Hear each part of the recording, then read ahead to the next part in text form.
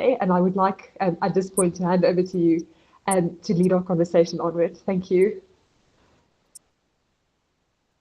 Okay, thank you very much, Lynette.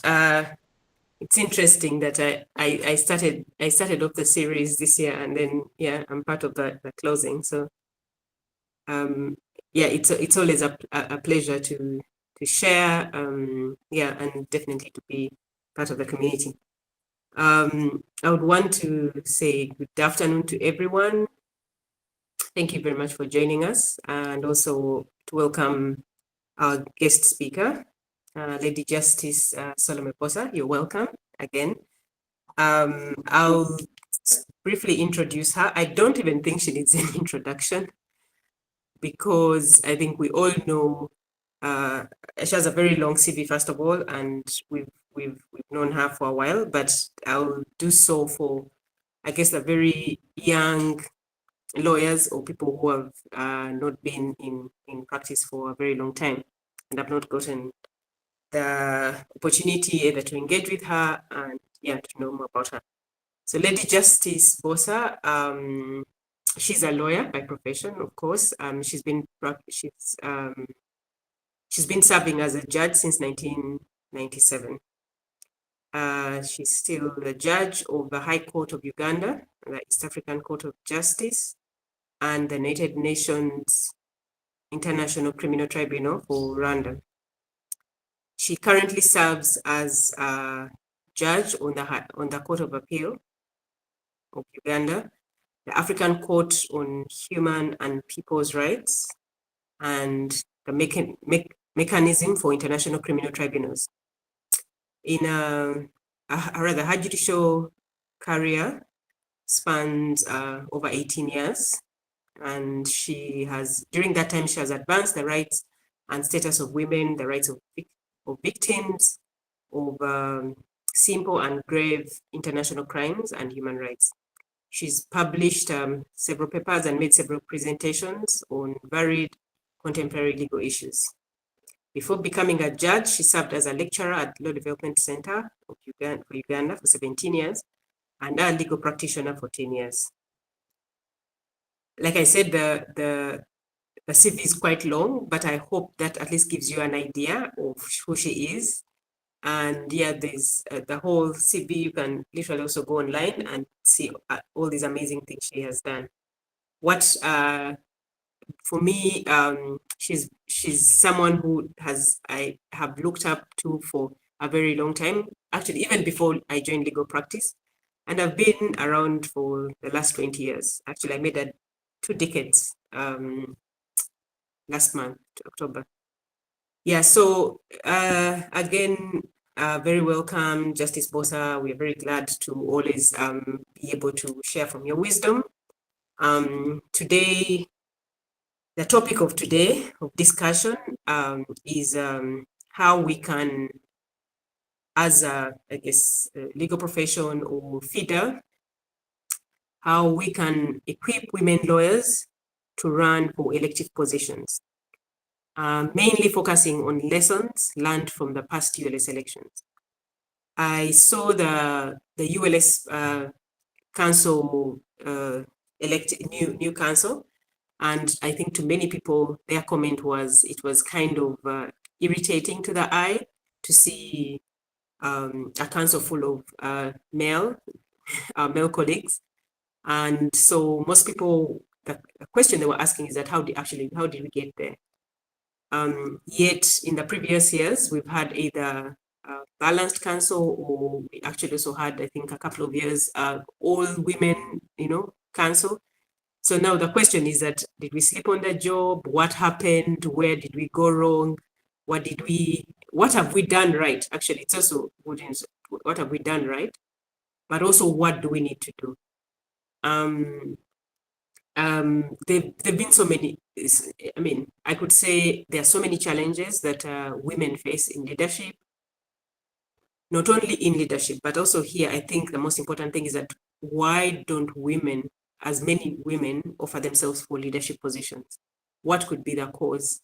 I would want to give FIDA a lot of credit, because personally, before, when I was in law school, FIDA did a lot, like pretty much in our years when we were still in law school, that's 25 years ago, to create awareness on pretty much what, as a woman lawyer, the spaces you can occupy, the things you're capable of doing, empowering us in so many ways. And it still continues to do the same thing. And I think definitely that also inspired my journey to run for Vice President Uganda Law Society, and also to run for President Uganda Law Society. So having benefited from that, the work of FIDA, I know what FIDA has done, and I can also be able to confidently share on some of the challenges that as a woman leader you definitely face, or the things that could literally affect you or hold you back not to stand for this kind of position. But I would give my insight on pretty much my experience, but I would want, as we go along, Justice Bossa is, I would want them rather, the focus rather today is on her, but I will also give, come in to give a few tips here and there of my experience, pretty much having run for those two positions. Yeah, so I want to start it off with asking Justice Bossa, basically giving us, we kindly request you to reflect on your tenure as a ULS president, and to share with us what were the key enablers that helped you break through leadership barriers, and how can these enablers be harnessed for aspiring female leaders today?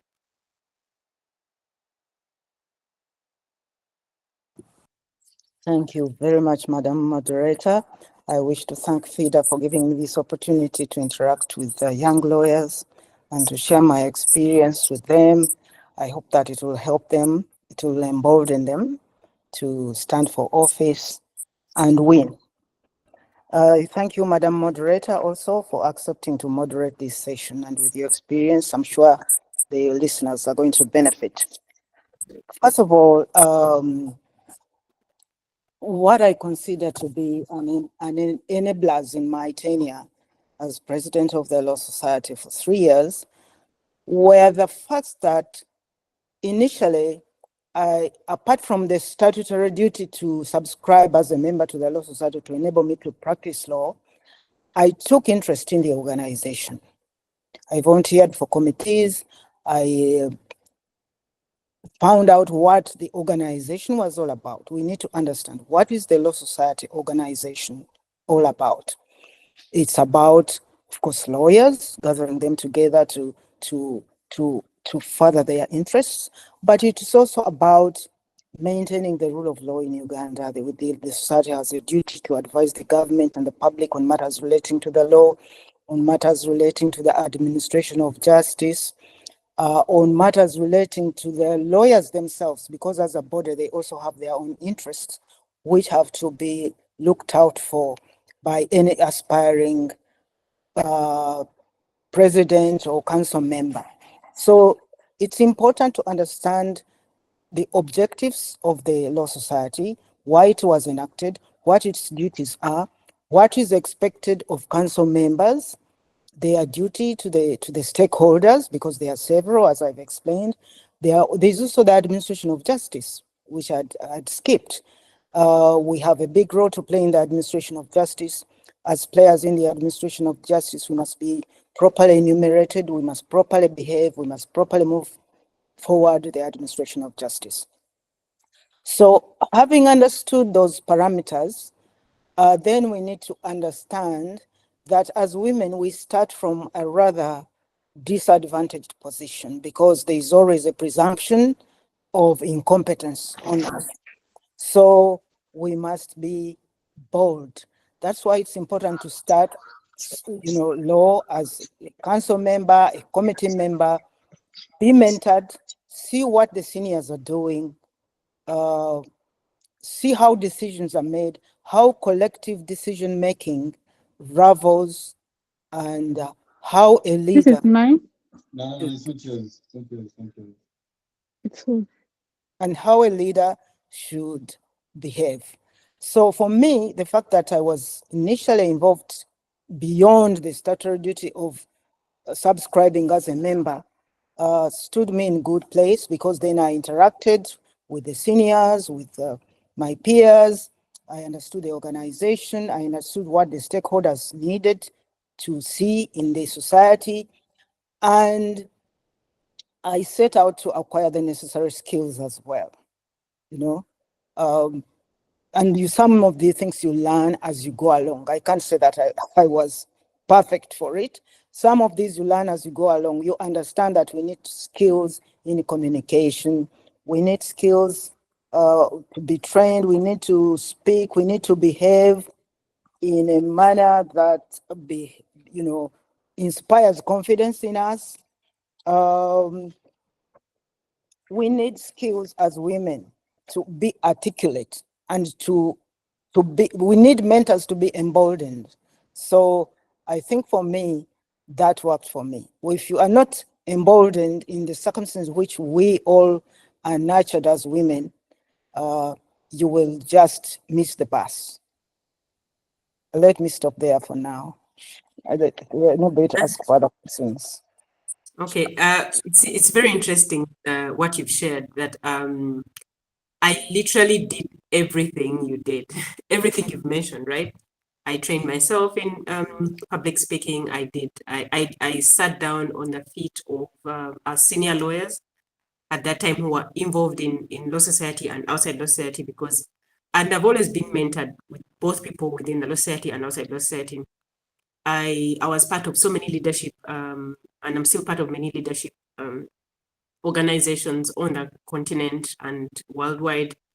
So I literally had volunteered as a committee member on different committees, various committees. I'd been headed the Female Lawyers Committee and Law Society. I'd been a council member, and I had also been a vice president, and it still didn't work out. So I'm just thinking, yeah, all these things definitely, you could still do all the right things, or like pretty much like what you said. I just didn't wake up to say, you know what, I'm going to run for law society. I had actually also been a president in and started a club in Rotary.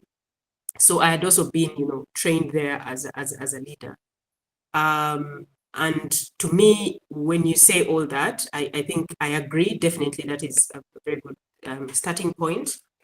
But still, I feel there are like some kind of biases. I don't know if you'll be able to actually talk about this. For me, from my experience, I had to reflect and say, what exactly was that all about? The shocks for me that I experienced was the mixing of politics with law society. That was also a shocker for me. I was just wondering how people, how the politics you identify with matter a lot. And I also learned that actually our law society is highly politicized, meaning you can't do really much about it. I also learned that I think it's because, of course, the political environment we're in. Most people really want to feel that if you're in law society, then you should have like a political affiliation, which is kind of a struggle if you don't affiliate with any of either, like at that particular time, the strong, parties. So it was kind of what they call it, interesting at that time to learn. And you're just thinking, should I join the NRM so that I can win this vote? And also one of the things actually I learned is for us as women, it's because the thing is heavily politicized. You want to serve, you understand? Most women just want to serve and do your duty and go away. You don't want anything to be like receiving calls for NRM, or I don't know, at that time it was FDC and this telling you what you should be doing. And because also we are very principled, of course, we've learned that many women are not as principled, clearly, but you end up wanting to do the right thing. And that right thing actually ends up, costing you. because there's usually a wave. And I also want to recognize that I think that times when you are a president, Flowsite has always been politicized, but I feel like even the numbers, the younger people, like it's actually a completely different terrain. But anyway, I just wanted to give you some kind of feedback that I felt like I did everything like you pretty much you've mentioned, but still there are other like forces in there that definitely influence you. And also actually the way the campaigns are set up, they're kind of very confusing. I remember that time people imagine you just want to serve as a president, but then people expect you to go, yes, and to carry out what they call it, campaigns all the way from Western Uganda within a month. It's not even possible. Before you've just come back, then you have to go to Soroti. Then I don't know how that even works. My body is not. I don't have the strength. I don't have the body strength to be on the road every time. And how does that? Because I'm older. Maybe when I was younger, I would have been able to do it. But also, you're just thinking, how do other jurisdictions do it? Like, for example, like in the UK or other people up internationally, how do they do it? Do their presidents have to run around like that and go to Northern Uganda and campaign? This is within a month, you understand, which you're supposed to do all these things. But anyway, yeah, so just to give you feedback that clearly, Yeah. Now, the other question I would want to ask is that, in your view, what institutional reforms within the Uganda Law Society and the legal fraternity are needed to promote gender balanced leadership? Thank you very much. Relating to your comment, yes, certainly things have evolved. We were fewer at the time. I was one of the youngest members of the bar, and I was actually the youngest president at that time. Most senior counsel didn't want to contest, and I ran 3 terms uncontested as sole candidate for the Law Society for 3 years. So the situation has certainly changed. But also articulating your vision is important to the members. At that point in time, we didn't have parties. It was at least not legally. Although we had the same factions, everybody knew who fell where. So most of the time for me, I was labeled anti-NRM because as the president of the Law Society, you have to react to situations. You have to ensure that there's a robust legal framework that is going to ensure the rule of law, that is going to ensure that women are not discriminated, that children have their rights, that people are treated humanely, that administration of justice is okay, people are appointed to judgeship following the proper credentials, and so on and so forth. So because we didn't have political parties, the role of spokesperson for the public fell on the Law Society. And so we had to speak out a lot. And so at the end of it all, for me, I received all sorts of labels. I'm anti-NRM, I'm macholi, I'm what, all sorts of things. But they don't bother me. They never bothered me at all. What is important for me is that I make a decision along with my counsel with which I'm comfortable and with which I can live. So that is a comment I wanted to make about the comments you made.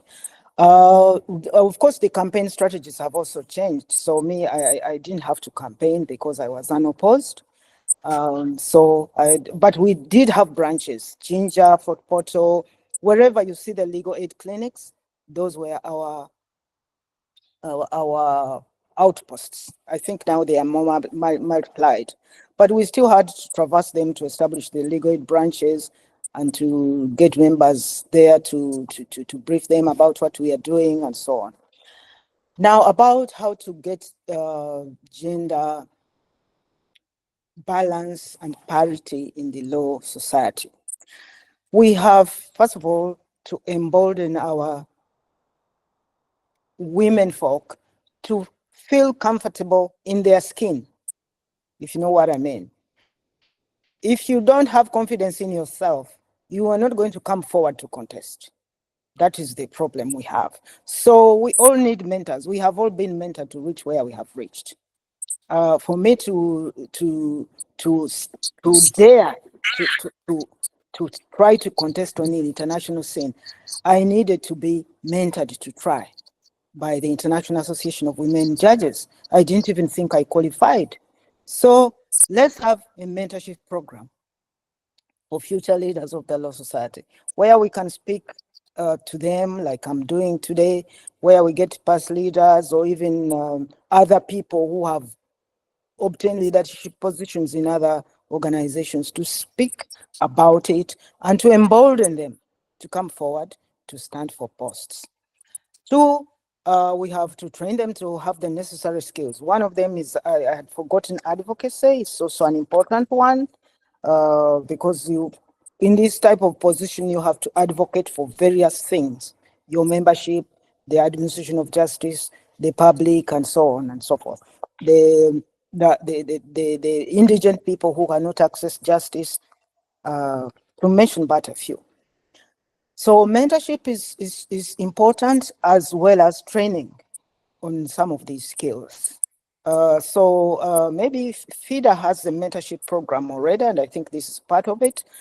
Let's have also some training on some of these skills to embolden our women and girls to come forward, because it's possible, it's done. It's true that we are still the minority in every situation, national, regional, international, and so on.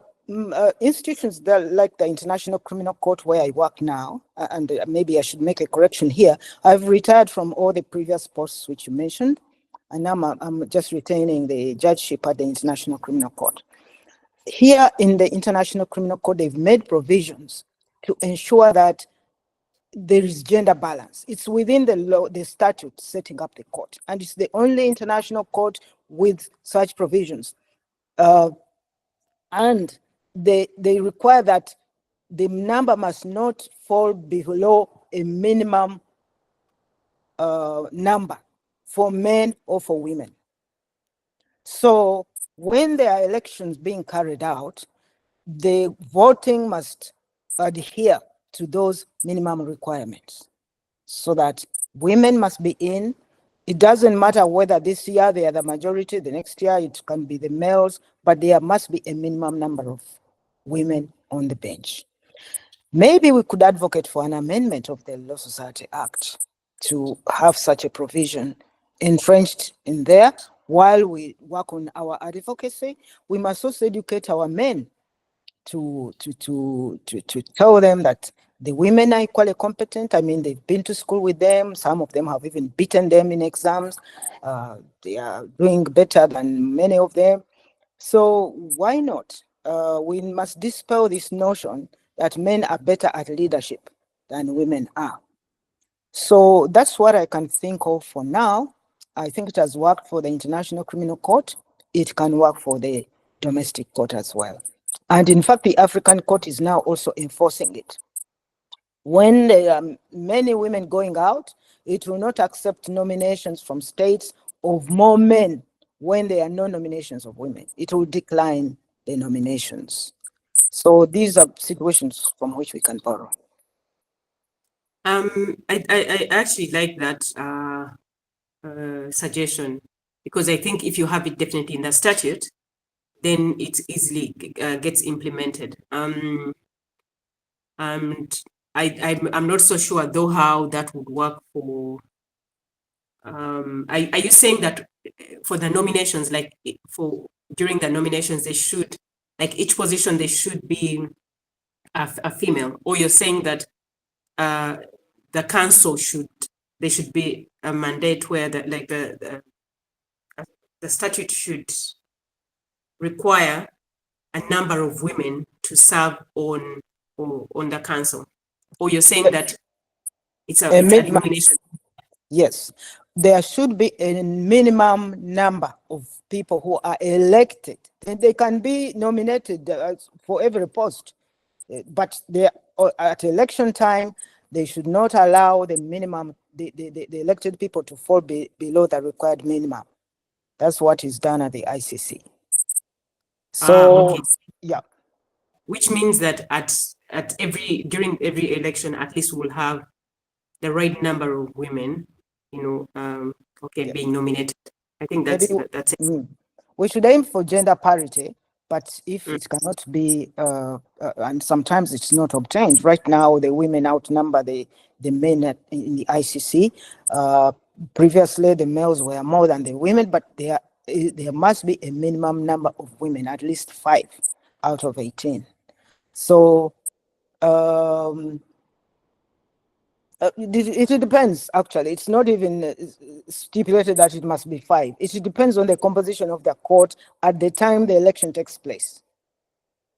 Okay, so I like the fact that at the time during the nominations, because when you say that they should be reserved spots for women, that means that actually it means that then women are just going to be appointed, because if they don't get nominated, then they just have to be appointed.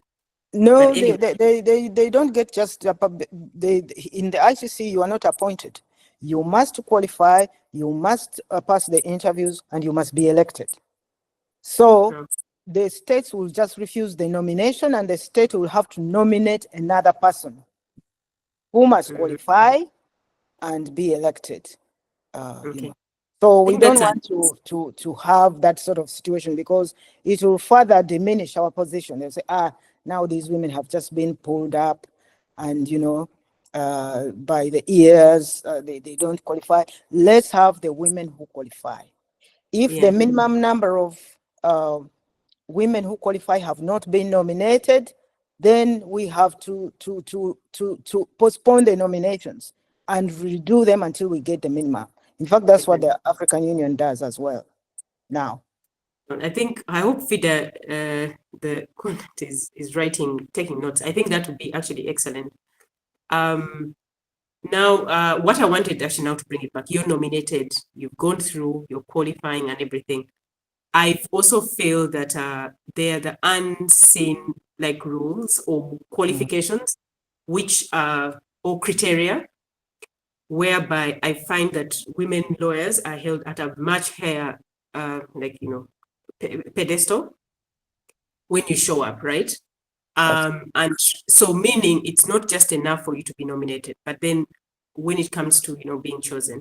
So like I told you, for me, for myself, reflection and through the different leadership courses trainings I've had to do, I learned about what they call unconscious bias, how women we suffer from unconscious bias. And to me, I was thinking, how can you, because when you're so many of us live lives, but not intentionally. So you just never know the things that unconsciously affect you. And unconscious bias can affect all male and female. But women, so many things unconsciously make us make decisions when we have no idea where they are coming from. And I'm sure the participants or the audience, I'm sure some of you have heard of these kind of things, like how our past experiences, traumas affect us. Like you want to do something, you want to do better, but unconsciously you always making either the wrong decisions or decisions which are contrary to what you think you believe in. So those, I would say, the unsaid rules, unwritten rules. And I also believe that as women, when you present yourself, there's so many layers, people have to deal with, from how you communicate. So communication meaning you don't communicate orally. This is my mandate, you understand? But before people listen to you, how you actually show up. I feel this is something that I was actually taught, that when women communicate, you also communicate the way you dress, the way, of course, you comb your hair. Most men, they just wake up 5 minutes and they're done, right? Now you communicate from the color of shoes you wear, I don't know, the glasses you wear, and all these things affect the voter, your audience, right? From if I was to vote for you and I see your photo, or before even you speak to me, I could be irritated by, it could be your lipstick. Some people are like, I actually don't like the lipstick. Why is she wearing red earrings? Why is she? So apparently all these things affect us, and we end up not voting for each other because of the different layers someone has to undo when they are dealing with a woman, which is completely different from a man. I was very, very shocked and taken aback how actually that one's about. So I just wanted you to also talk about what do you think of the unwritten rules that are against women, and what we could actually, the unconscious bias that is presented to us both by the male, why a male colleague would feel biased towards a male colleague, and also most importantly, why women feel the bias not to vote fellow women. Thank you very much. Women not voting fellow women. There will be various candidates. There could be two females, even for the same post, and you choose one and not the other. That will depend on what your preference is. Of course, there are rights for voters to choose the candidates they feel comfortable with. But as we approach elections ourselves as women, we must understand that we are starting from a disadvantaged position, because the presumption is that we are incompetent, we are emotional, we can't make any logical decision, and so on and so forth. And as you've said, we can be judged because of what we wear, whatever we do. So we must be very careful also about the way we carry ourselves, you know. Be the change that you want to see. Okay, so because as a leader, you are a role model also for the rest. The way you carry yourself, the way you, in every way, not only dress, the way you speak, do you engender respect for others? You know, because if you want to be respected, you must respect other people. Are you a person who listens to other people? Because listening is a skill of leadership. If you don't listen, you cannot really understand the positions of other people. How do you make your decisions? Do you weigh them? Do you consult? Do you just make decisions regardless of how they are going to affect other people? So we must reflect on all these things ourselves and see we get everything right. We don't want to leave them with any stone to throw at us. So let's clean our plate. Let's get the necessary training, because we must also be trained on unconscious bias because it holds us back. Let's mentor each other. Let's be bold. Let's support the candidates who deserve to be elected and see them through. The only problem with supporting candidates as an institution is that you are also going to be accused of being biased.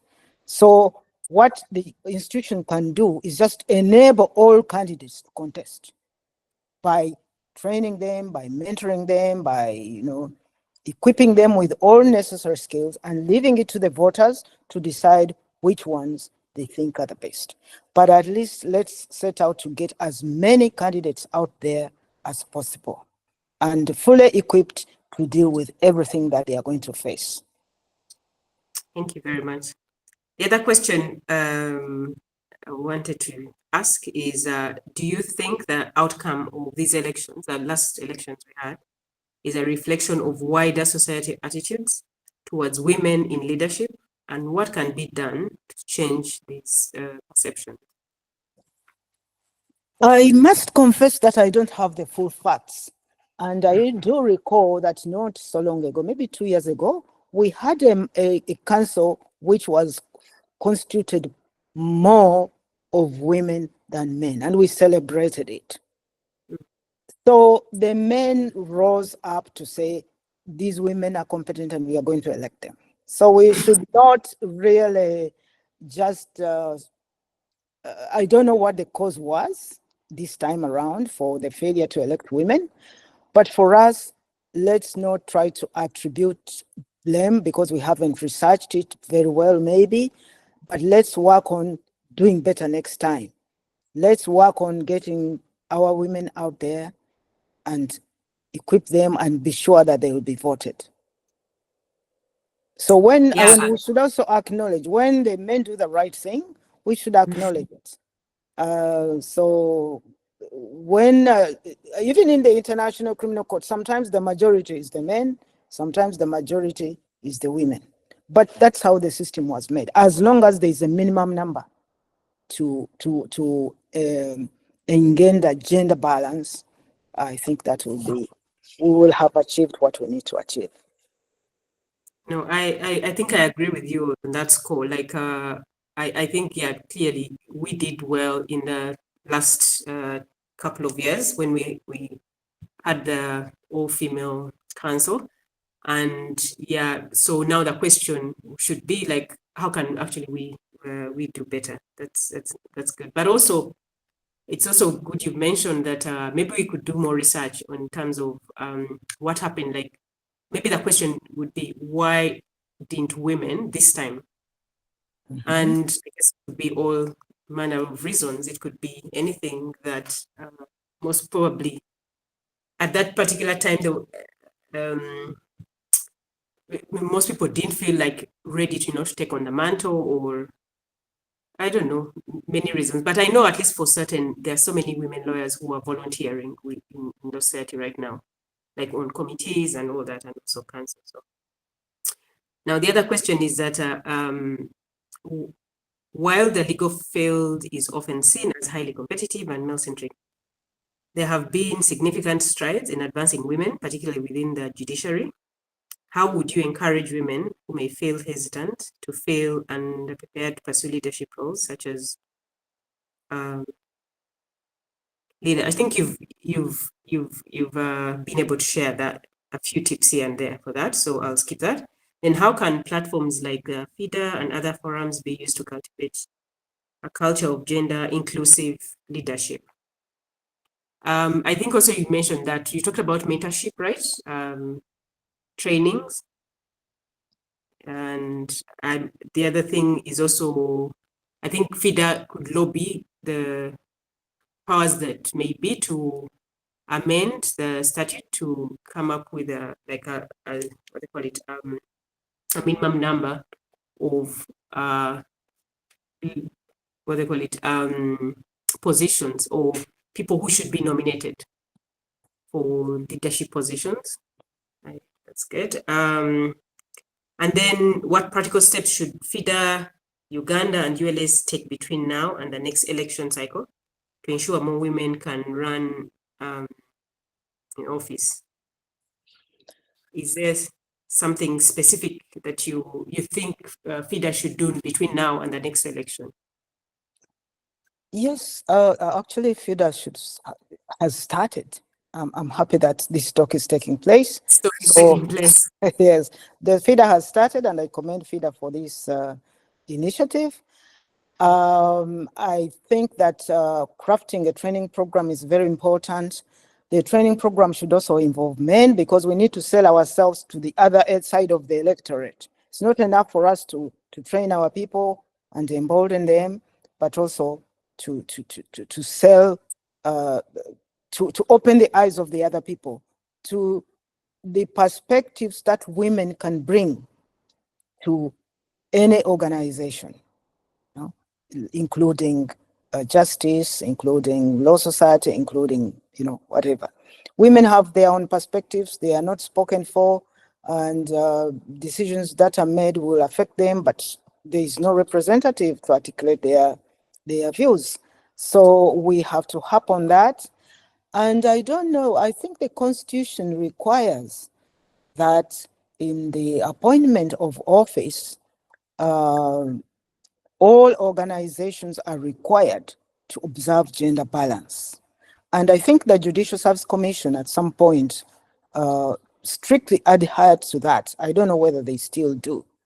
But we need to harp on that, and maybe we can use the Constitution to lobby for the change of the law in the law society.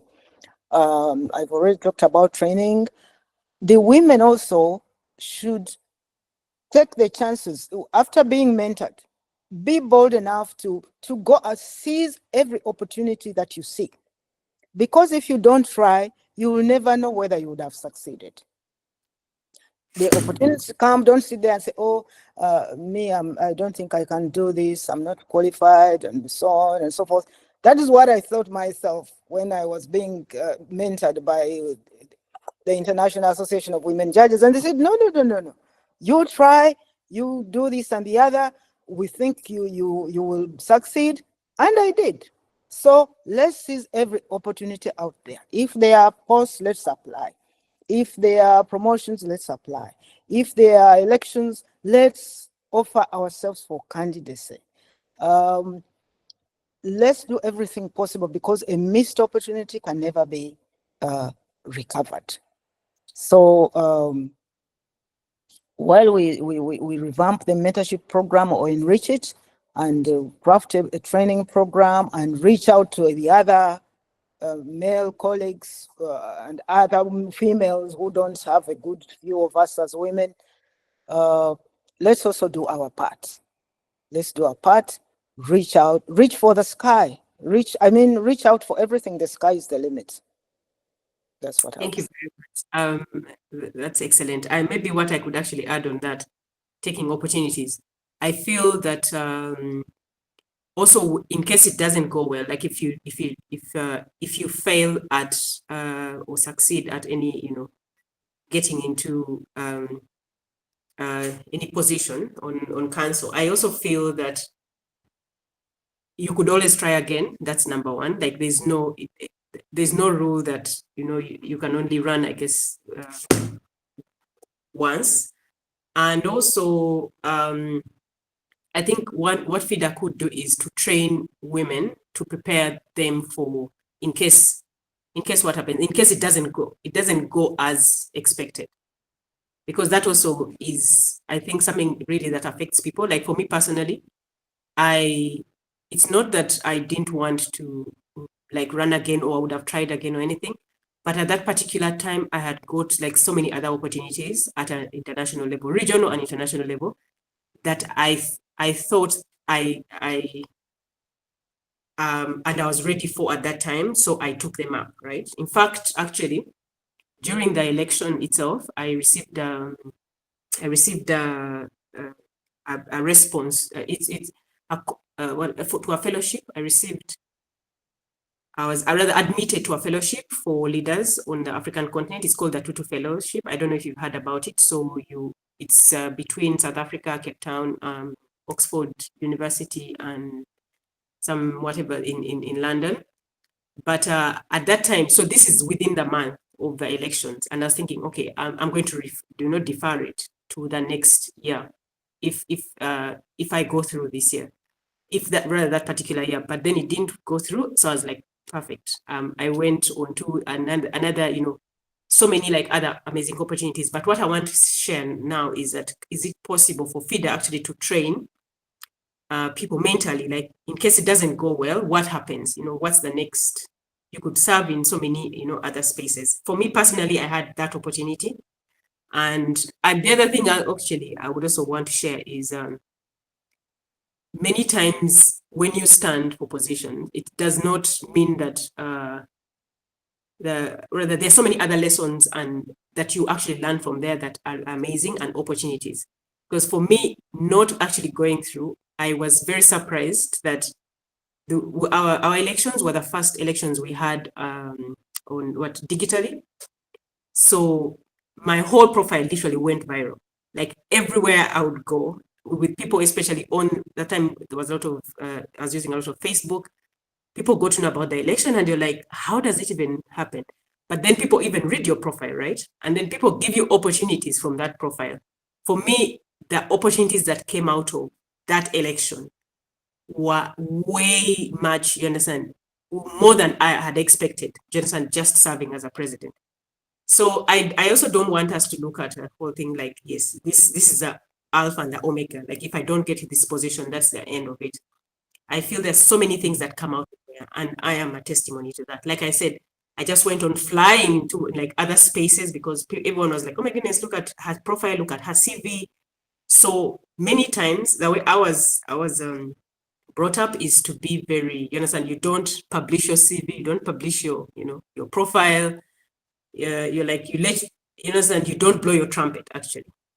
But then here I was forced into these waters where my profile had to be out there, and so other people who are like, who were very shocked that I had that kind of profile. and were willing to pull me in, much bigger spaces. So the opportunities that came out of that, I am super grateful, and I will always be grateful. So this is something that I think FIDA, from my personal experience, I could share that, yeah, the aftermath is also extremely important. So Lady Justice would like to, now we have 15 minutes to go. I would like to open up to the audience to ask you a couple of questions. Someone put up their hand while you were still speaking, but Lynette, should it be just open, or should they just unmute themselves and speak? Or you have a chat room where they can either put up their hand, or Couldn't agree more, but there's a hand up. There's a hand up. I think I'm not able to see. Yeah, okay. Sorry, what were you saying? You couldn't agree more with that? With what?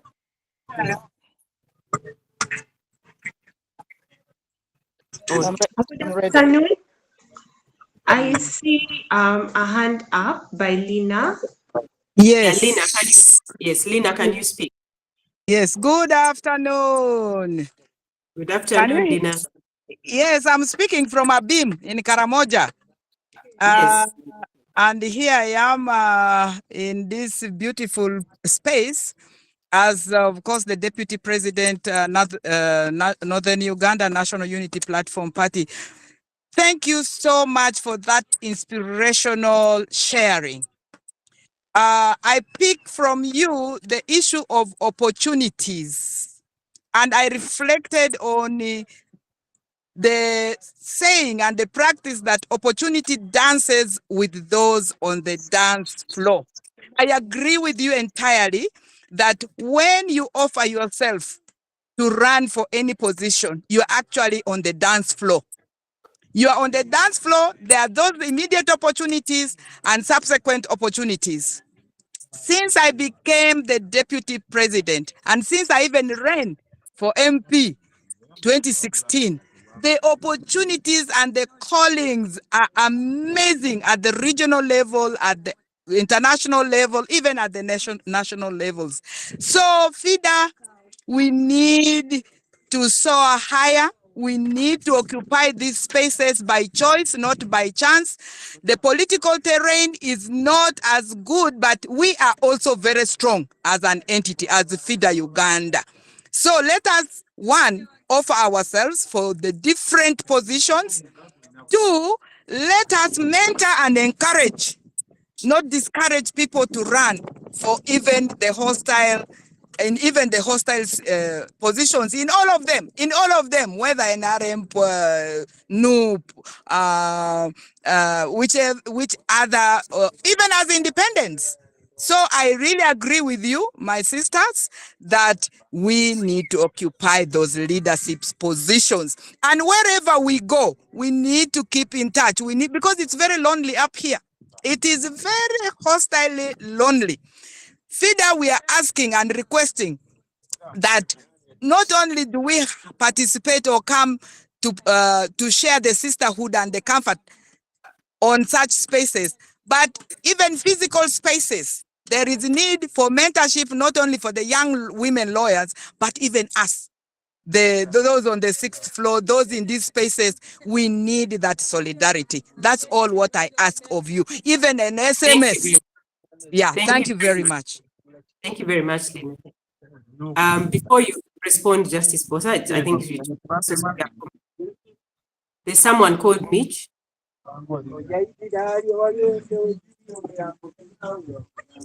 Hello? Hello? Yes, Alice, we can hear you. Yeah, no, I'm saying there was someone else who put up, it's called Mitch. I saw a hand up. Mitch, if you are in the Hello, call. I was applauding her on her point. Oh, okay, thank you. Thank you. I think what Lina was trying to say was it's much Justice Bossa what you said, taking up opportunities as fast as possible, but and also to add on what I was sharing. in terms of the opportunities also that come out when you stand. Because I kept on asking myself, I'm like, how did I get into this kind of positions? It's because I offered myself for leadership. And it's interesting how God works actually, because I thought my path was here going this way, but then that position was available, that opportunity was available to reflect me in a completely, or to direct me in a completely different, space. And like I've shared, seriously, that experience helped me so much. Also with my career. I think Lina, can you mute? Oh, thank you. Yeah, what I was saying is that from both professionally, I benefited a lot for a boost in my career, and also in terms of leadership, because I've been appointed at all stages. Like I said, regional, global spaces, all the way up to the UN. And I'm just thinking, this all started from me just saying, I'm offering myself. But the path of God was offer yourself here and I take you there. So that's literally for me, was a very big lesson.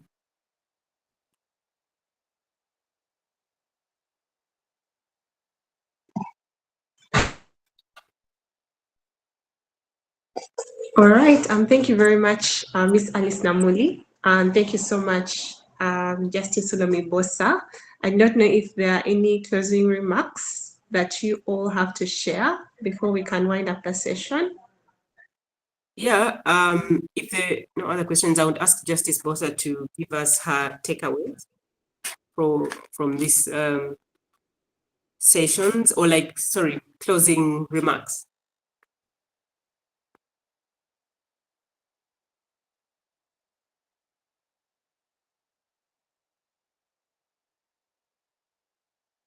Justice Bossa? I'm not so sure. I don't think, Justice Bossa, we can't hear you either. I think you're actually also on mute.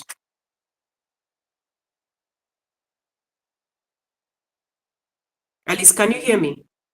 Yes, I can hear you. Justice Bossa, you can unmute yourself. Or she is still muted. Yeah, she's speaking, but she's on mute.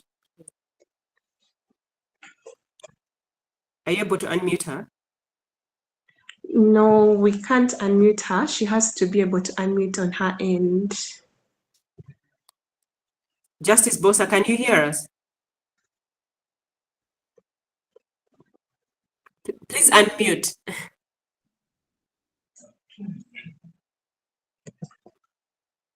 Okay, maybe you can you write in is there a comment section? I can't, maybe she's not able to unmute herself.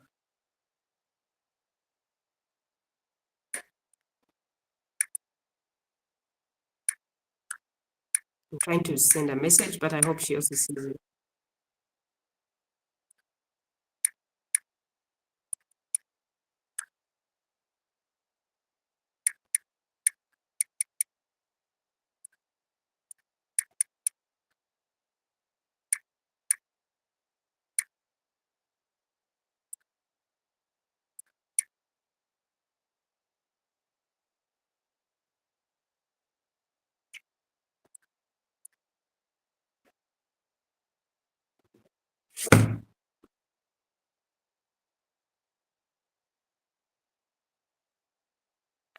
Justice Bossa, can you hear us?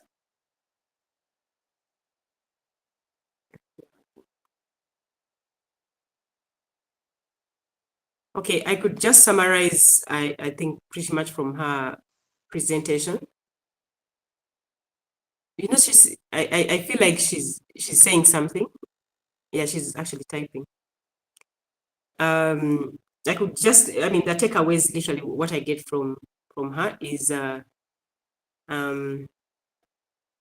I feel like FIDA has already done an amazing job. like I said, myself, I gained a lot from the mentorship, right from law school, on what, yes, I can hear the chair, but not what? She says she can hear the chair, but not all. Can you hear me? Yes, now we can, Annie, we can hear you. You are muted. Yeah, can you give us your parting shots?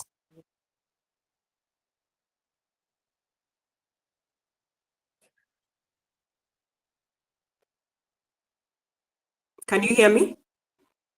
Yes, Alice, we can hear you. I'm saying, However, however, what? I believe she's having a network issue because I can't see her microphone move. Okay. Oh, she's now back.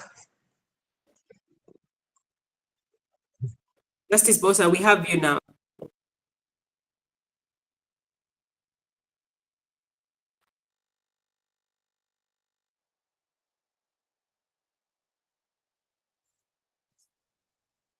Okay. Yeah, so what I was saying is I that... have unmuted, but you can go ahead. Yeah, we can hear you now. I have unmuted. Please go ahead. Yeah, we wanted to ask you what they call your closing. Yes, we can hear you. We wanted... I can hear you. Okay, good. We wanted to hear your closing remarks from this session.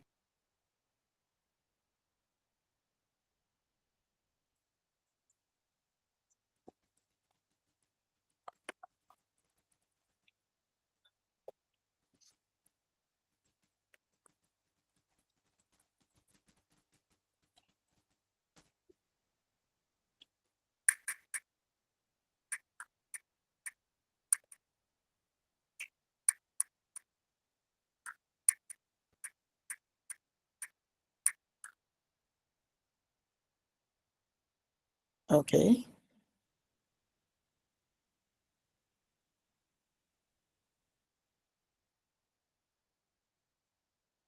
Yeah, I think it's an issue with the network. Anyway, so like I think now to FIDA, definitely. First of all, we want to say thank you. Like I said, you've mentored so many people. You made us very confident. Can you hear me? Yes, we can hear you.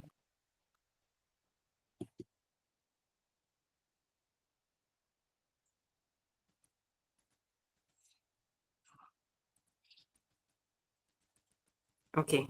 I will continue. So I feel that so many women are empowered. We know literally what we are required to do. We need to seek more mentorships. We need to find people to help to mentor us. FIDA is already doing an excellent job with the coffee series, mentorship platform under the Leadership Academy. So being very, very intentional. Yeah, Justice Bossa has said that leadership has FIDA is on the right path, but everyone has a role to play. Let us believe in ourselves and do what we must. Thank you very much. I will also, yeah, like just want to add and say, I genuinely feel when it comes to leadership for women lawyers, FIDA has done an excellent job. Like we are empowered. We are, I think, over-empowered. In fact, most men feel threatened because we are over-empowered. Now we've gotten to a point where we are too empowered. Now the question is, how do we literally move ahead? I also liked what Justice Bossa mentioned, bringing men on board. This is something I remember when we were in Law Society. One of the things in the Female Lawyers Committee was, one of the criteria was to have 2 or 3 men on the committee. And the reason for that was to have the voice of the men, but to hear our pains, to understand what we go through, so that we stop to talk to each other. I feel like as women, we come up with silos and speak to each other. We are constantly speaking to each other. but then the people we need to speak to are the men, so that we work together, hold hands, and then make the situation actually much better. Because right now, if I throw a stone on any female lawyer within the legal profession in Uganda or even on the continent worldwide, you find that definitely women are empowered. The question is, what the unconscious bias that affects society towards us, how do we overcome that? So when we're talking about leadership sessions, how do we science where our brains to make sure that we are ready for that? We are ready for the unconscious bias, and how do we overcome it? The other thing is also I wanted maybe to conclude with is the last issue that was discussed about opportunities, that offering ourselves for leadership position doesn't mean that when you fail, that's the end of it all. There's usually something in there, you understand, that pretty much was meant to be, or there's a reason why you faced, or why you would experience certain things, either during the elections, during your nominations, or during even the presidency. By the way, that's another thing. Because sometimes you could actually be very successful and you go through and serve. That serving does not end there. So when you serve as in law society or any leadership position, doesn't mean that that's the end. You learn so much from those kind of experiences, and those experiences help you to be a better person, a better leader. Yeah. So personally, to close it, please don't, even when you fail, just fail forward. There's a book by a gentleman called John Maxwell. He's a leadership guru. He's the one who taught me that failing forward, meaning, yes, you failed, but how do you, pick yourself up and move ahead? But most importantly, what are the opportunities that are coming out of the experience you have, of the experience of you either serving or having not been able to serve or to go through. Yeah. That is it for today. Justice Bossa, I see you're back, but I don't know if you can now hear us. But Can you hear me? yes, we can hear you. I think there was a network issue. Sorry Yes, about there was a network issue, but I wish to thank you all for your interesting and important ideas. I thank FIDA for staging this coffee series. I hope that all of us have benefited, and we will continue learning from each other. Learning never stops. And I agree with you that when you fail, when you try one thing and you fail, God opens another door for you. So just many don't give up. doors, many doors, trust me. Exactly. So keep on keeping on. Thank you very much. Thank you very much. That was excellent. Over to you, Alice and Lynette. All right. Thank you very much, Miss Alice Namuli. Thank you very much, Justice Solomy Bossa, for this important conversation. My name is Alice Kathleen Lakwech. I serve at the Leadership Academy at FIDA Uganda. And I also happen to be part of the Legal Innovation Hub Tribe, which is actually an initiative by Alice Namuli in line with Tech Law. And so it's amazing to see you in this space. It's amazing to listen in to this important conversation. There are various important key aspects that I have picked up, and I know that the various, young women have picked up in this conversation. And so even as we continue growing, even as we continue pushing ourselves out there, I know that these spaces groom us to be better. These spaces push us to be better. And so till next time, this is our final coffee series for the year. We will be having our next come next year. But thank you so much and have a beautiful weekend. Thank you very much, Justice Bossa and everyone.